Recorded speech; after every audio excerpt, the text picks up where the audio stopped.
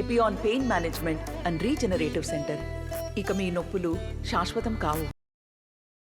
నామినేషన్ల పర్వం కూడా మొదలైంది. ఇవాళ భువనగిరి బీఆర్ఎస్ ఎంపీ అభ్యర్థి నామినేషన్ దాఖలు చేస్తున్నారు. మాజీ మంత్రి జగదీష్ రెడ్డి నామినేషన్ కార్యక్రమంలో కూడా పాల్గొంటున్నారు. మాటల యుద్ధం కొనసాగుతుంది. నిన్న భువనగిరి కాంగ్రెస్ అభ్యర్థి నామినేషన్ ర్యాలీలో కూడా సీఎం రేవంత్ రెడ్డి ఘాటైన పదజాలంతో మాట్లాడుతున్నారు. ఒకవేళ మరొకసారి ప్రభుత్వాన్ని పడగొట్టాలని మళ్ళీ అంటున్నారు. మరొకసారి అంటే నల్గొండ జనాలతోనే కొట్టిపిస్తా, మీ పెళ్ళైతుందన్న వ్యాఖ్యలు కూడా చేస్తున్నారు. కేసీఆర్పై ఏమంటారు? ఘాటైన వ్యాఖ్యలు కాదు, బూతు వాక్యాలు మాత్రమే మాట్లాడుతున్నాడు రేవంత్ రెడ్డి. బూత్ మనుషులకు గంధం మించి గొప్ప మాటలు వస్తాయని మనం కూడా అనుకోవడం లేదు. ఎందుకంటే వీళ్ళు బూతు స్థాయి వ్యక్తులు కదా. రేవంత్వి రోత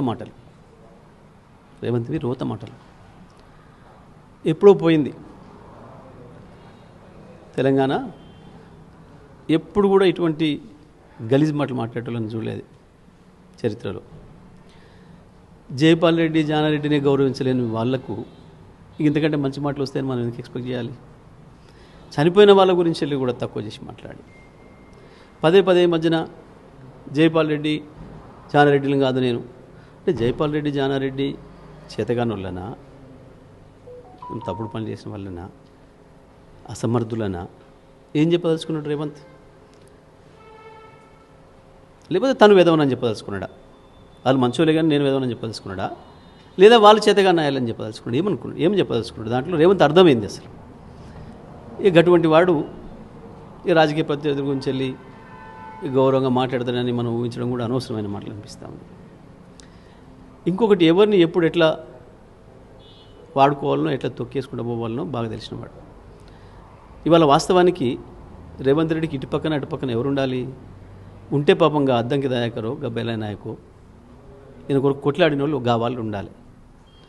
ఎవరైతే ఈయనను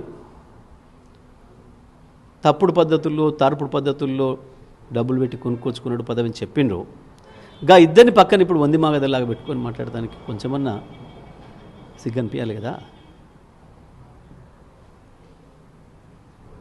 ఏం మాట్లాడతాడు రేవంత్ రెడ్డి? జానారెడ్డి, జైపాల్ రెడ్డిలు నాలాగా బ్లాక్మెయిల్ చేసి డబ్బులు సంపాదించరాలేదు, అట్లా సంపాదించిన బ్లాక్మెయిల్తో సంపాదించిన డబ్బులతో పదవి కొనుక్కోవడం రాలేదు, అందుకనే వాళ్ళు చేతగానులని చెప్తున్నాడా? ఏం చెప్తున్నాడు? గతంలో మీరే చూసినారు, మీ ఇంటర్వ్యూలలో చెప్పిన చాలా సందర్భాల్లో వెంకటరెడ్డి, రాజగోపాల్ రెడ్డి ఒక్కసారి ఆ సీన్లను మళ్ళీ చూపించాడు ప్రజలకి. ఊసర వెల్లులు కూడా బాధపడుతున్నాయట. అంటే మీరు మంత్రి పదవి కోసం ఉండడానికి, అదేవిధంగా తమ్ముడు మంత్రి పదవి కోసం రేవంత్ రెడ్డిని ఈ విధంగా అంటున్నారన్న వ్యాఖ్యలకే చెప్పారు. మంత్రి పదవి వాళ్ళకు ఒక లెక్క కాదు, ముఖ్యమంత్రి, దాని తర్వాత కూడా ముఖ్యమంత్రి అయ్యే అర్హత కోమటిరెడ్డి వెంకటరెడ్డికే ఉందని కూడా రేవంత్ రెడ్డి చెప్పారు. రేవంత్ రెడ్డి చెప్పింది ఎవరికి అర్థం కావాలో వాళ్ళకి అర్థమైంది. బహుశా బట్టి మిక్కురాకు, ఉత్తమ్కు, శ్రీధర్ బాబుకు, మాకెవరికి అర్హత లేదు, ఇద్దరికే ఉంది. మాకు ఎప్పుడు ఏ క్షణం అంటే ఆ క్షణం పార్టీకి ద్రోహం చేయగలిగిన వాళ్ళం, మాకు మాత్రమే అర్హత ఉంది. బ్లాక్మెయిల్ చేయగలిగిన వాళ్ళం, ఎవరిని ఎప్పుడైనా ఏదైనా అనగలిగిన వాళ్ళం, పూటకో మాట మార్చగలిగిన వాళ్ళం. ఇక నా తర్వాత అంత గొప్ప శక్తి ఈయనకే ఉంది అని చెప్పదలుచుకున్నట్టున్నాడు ఆయన. మరి దాని మీద కాంగ్రెస్ వాళ్ళు మాట్లాడాలి. పొన్నం ప్రభాకర్ మాట్లాడతాడా, దామోదర్ రాజనరసింహ గారు మాట్లాడతారా, శ్రీధర్ బాబు మాట్లాడతాడా, ఉత్తమ్ రెడ్డి, బట్టి విక్రమార్కన, వాళ్ళు మాట్లాడాలి. మరి వాళ్ళకి ఎవరికి మొదటి నుంచి కాంగ్రెస్లో ఉన్నోళ్ళు కాబట్టి వాళ్ళకి అర్హత లేదు. ఈయన పార్టీ మారించినోడు ఈయనకి, లేదా ఒకటే పార్టీలో ఉండి ఇంకొక పార్టీకి ఓటేయమని చెప్పిన వెంకటరెడ్డికి మీరందరూ చూసారు. మీ అందరూ సాక్షిగానే మునుగోడు ఎన్నికల్లో బీజేపీకి ఓటేయమని చెప్పాడు. ఈ పార్టీలో ఉండి ఆ పార్టీ ఏమని చెప్పే వాళ్ళని ఏమనాలి? ఒకటితో ఉండి ఇంకోటితో తిరిగి వాళ్ళని ఏమనంటారు? పదం ఉపయోగించాలి వీళ్ళకి. అటువంటి వాళ్ళకి మాత్రమే కాంగ్రెస్లో అర్హత ఉంది అని ఒక మాట చెప్పాలంటే, ఏదైనా ఒక పార్టీ బలహీనం ఉన్నప్పుడు ఇటువంటి అరాచక శక్తులకు అవకాశాలు వస్తాయి. కాంగ్రెస్ పార్టీ రాహుల్ గాంధీ చేతగాని నాయకుడు చేతిలో ఉంది కాబట్టి ఇటువంటి అరాచకవాదులు ఇవాళ రాజ్యం వెళ్తున్నారు. సినిమాలో విలన్లు కొద్దిసేపు పైకి వస్తారు చూడండి, వీళ్ళ పాత్ర కూడా గంతే. వీళ్ళది విలన్ పాత్రలు తప్ప వీళ్ళు ఇంకొకటి కాదు. వాళ్ళ భువనగిరిలో బీజేపీ అభ్యర్థి బూరా నర్సయ్య గౌడ్ని గెలిపించడానికే, కవితను జైలు నుంచి విడిపించడానికే ఇక్కడ వ్యామమల్లేష్ని అభ్యర్థిని కూడా రంగంలో ఉంచారు. కానీ బీఆర్ఎస్ అంతా కూడా బీజేపీని గెలిపించడానికి ప్రయత్నం చేస్తున్నారని సీఎం రేవంత్ రెడ్డి చెప్పారు. మెడకాయ మీద తలకాయ ఉన్నాడు, అందులో బుర్ర ఉన్నాడు, ఎవ్వడు కూడా మాట్లాడాడు. ఎందుకంటే మేము పెట్టిన అభ్యర్థి బలమైన అభ్యర్థి. మీ అభ్యర్థి కంటే వాళ్ళ అభ్యర్థి కంటే మావాడు బలమైన అభ్యర్థి. నిజమే, మేము ఓ రెడ్డి అభ్యర్థిని పెట్టి ఉంటే మేము మా ఓట్లు గెలిచడానికి పెట్టిండు వాళ్ళకు ఉపయోగపడతారని చెప్తే కూడా నమ్మేవాడాం. ఇంత చెత్త మాటలు, చెత్త ఆలోచనలు. ఇవాళ ముగ్గురితో పోల్చినప్పుడు మా అభ్యర్థి చాలా బలమైన వాడు. సామాజిక పరంగా చూసినా, ఎట్లా చూసినా, వాళ్ళ క్యారెక్టర్ చూసినా, వాళ్ళ సీనియారిటీ చూసినా, మల్లేసి 35 ఏళ్ళ నుంచి రాజకీయాలు ఉన్నవాడు, 40 ఏళ్ళ నుంచి వెళ్ళి బ్రహ్మాండంగా సిన్సియర్గా పనిచేసినవాడు, ఎక్కడ మచ్చలేనివాడు. నీ అభ్యర్థి నీ అధ్యక్షుని సంతకం ఫోర్జరీ చేసి సస్పెండ్ అయ్యి డిస్మిస్ అయ్యండి నీ పార్టీ నుంచి అని చెప్పి మాట్లాడుతున్నారు అవతల, మీ పార్టీ వాళ్ళు చెప్తున్నారు. అటువంటి వాడు నీ అభ్యర్థి. ఇటువంటి అభ్యర్థులను పెట్టుకొని చీటర్లని, బ్లాక్మెయిలర్లని, జేబులు కత్తెలు పెట్టుకొని తిరిగేటోళ్ళని పెట్టుకుంది నువ్వు. నీ అభ్యర్థులు బలహీనంగా పెట్టుకొని మోడీకి సహాయపడుతున్నావు నువ్వు. నీకు మోడీతోనే అవగాహన ఉందనే విషయం ప్రజలందరికీ కూడా తెలిసిపోయింది. ఇవాళ ఒక్క మాట, నువ్వు మోడీని అనలే, మోడీ నిన్నలే ఇన్నేళ్ళ రాజకీయ చరిత్రలో. కారణం ఏంది? ఇవాళ తెలంగాణకు వస్తే కూడా మోడీ కేసీఆర్ గురించే మాట్లాడుతున్నాడు. ఇంకా ముఖ్యమంత్రి కేసీఆర్ అన్న పద్ధతిలో మాట్లాడుతున్నాడు. ముఖ్యమంత్రి నువ్వు ఎన్ని దోసుకపోతున్నావో మోడీకి తెలుసు, నీ మూటలన్నీ ఎక్కడ మూట కడుతున్నావో మోడీకి తెలుసు. అయినా ఎందుకు చేస్తలేరు నీ పైన దాడులు? కారణం ఏంది? నువ్వు బహుశా రాహుల్ గాంధీకి పంపుతున్న పేరు మీద మోడీ కూడా పంపుతున్నట్టున్నావు నువ్వు.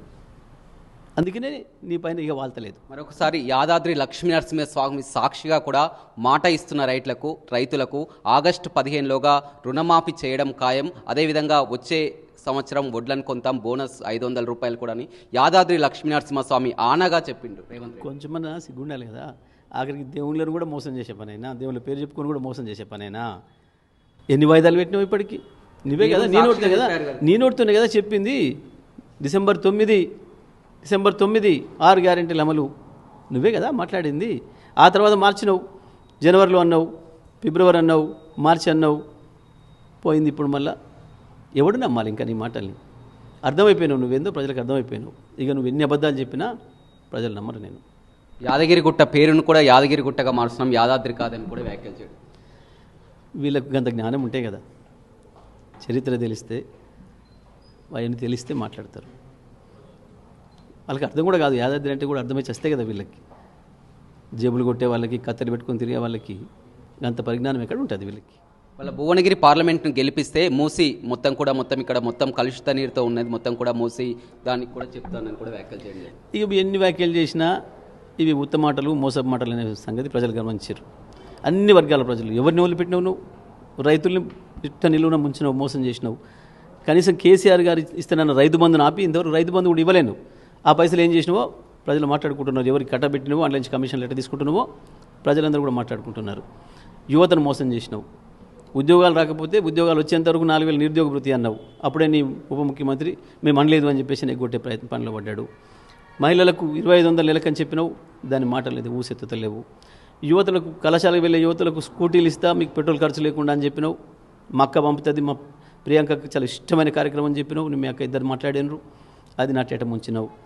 ఎవరిని వదిలిపెట్టిన విద్యార్థులు 5 లక్షల రూపాయల కార్డు ఇస్తే తమ్మి మీకు అని చెప్పినావు. కాలేజ్ విద్యార్థులు ఓటు గుంజుకోవడానికి, కొత్త పిల్లలు కాబట్టి, 18 ఏళ్ళు దాటిన పిల్లలు కాబట్టి వాళ్ళని కూడా మోసం చేసినావు.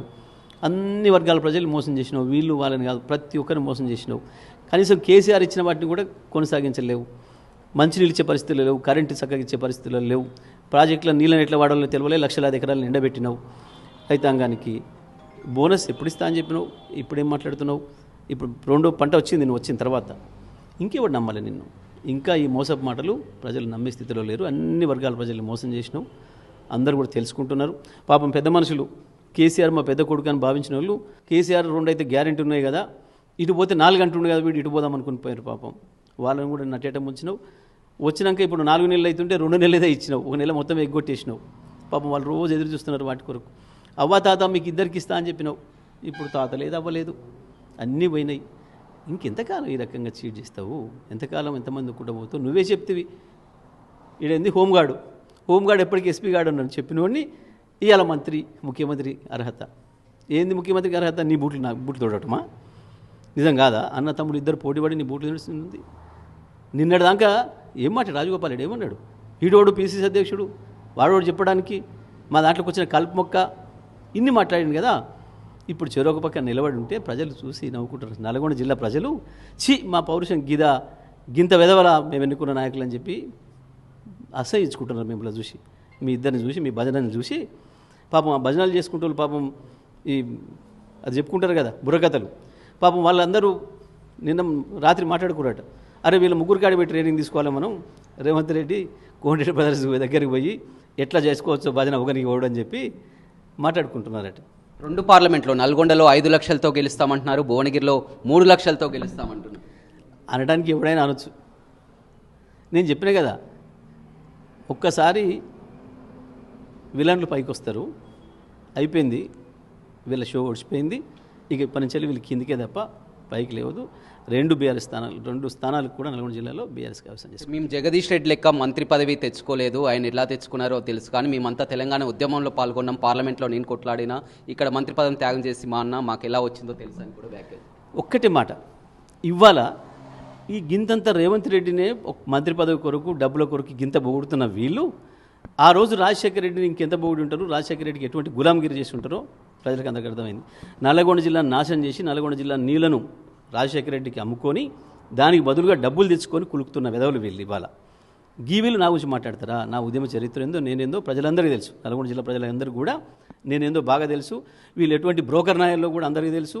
పూటకొక మాట మార్చి ఎక్కడ అధికారం ఉంటే దానికి జోకి బతికే వెధవలు, దాంతో పదవులు తెచ్చుకునే వెధవలు వీళ్ళన్న సంగతి అందరికీ తెలుసు. ఓకే, ఆయన నిజమే ఇంకరెడ్డి కొట్లాడుతుంటే ఇంత పెద్ద పోటు మొగోళ్ళు లెక్క కొట్లాడుతుంటే నువ్వేడున్నావు రేవంత్? ఏ తారా తోరణంలో ఉన్నావు?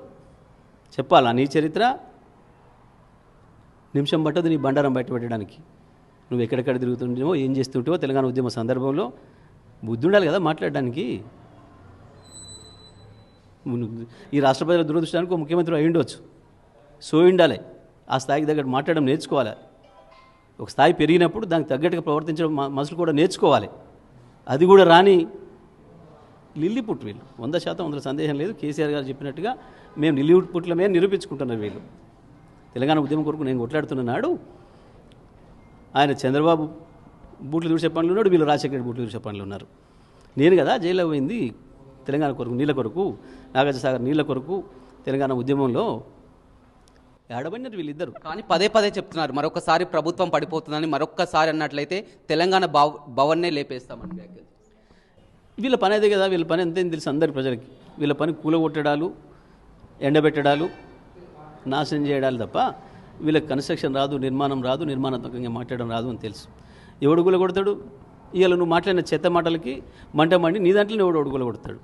నువ్వే అన్నావు నాకు ఎసరు పెడుతున్నారు పైనుంచి కింద నుంచి అని. ఎవడు పెట్టాలి సార్? నీ పార్టీ నుంచే పెట్టాలి కదా. నీ వెనకాలే ఉంది, నీ అహంకారానికి నీ భూత పురాణానికి తట్టుకోలేక నీ పార్టీ వాళ్ళే పెడతారు నీకు, ఎవడో కాదు, నీ పార్టీ నుంచే పెడతారు. రైట్, చూడొచ్చు ప్రజలంతా కూడా గమనిస్తున్నారని కేసీఆర్, అదేవిధంగా రేవంత్ రెడ్డి గతంలో అధికారంలో 6 గ్యారెంటీలు నెరవేరుస్తామని హామీ ఇచ్చారు, మరొకసారి ప్రజల్ని మోసం చేయాలని చూస్తున్నారు. మరి ఆగస్టు 15లోగా మళ్ళీ 2 లక్షల రుణమాఫీ అంటున్నారు. ప్రజలు ఎవరు నమ్మరు, ఖచ్చితంగా కేసీఆర్కే మళ్ళీ జనం పట్టం కడతారని కూడా పార్లమెంట్లో ఆ స్థానాలు కూడా కైవసం చేసుకుంటామని మాజీ మంత్రి జగదీష్ రెడ్డి చెప్తున్నారు. Vote studio. మరిన్ని వీడియోస్ కోసం ఛానల్ ని సబ్స్క్రైబ్ చేయండి, లేటెస్ట్ అప్డేట్స్ కోసం వాట్సాప్ ఛానల్ ని ఫాలో చేయండి, అండ్ లింక్ డిస్క్రిప్షన్ లో ఉంది.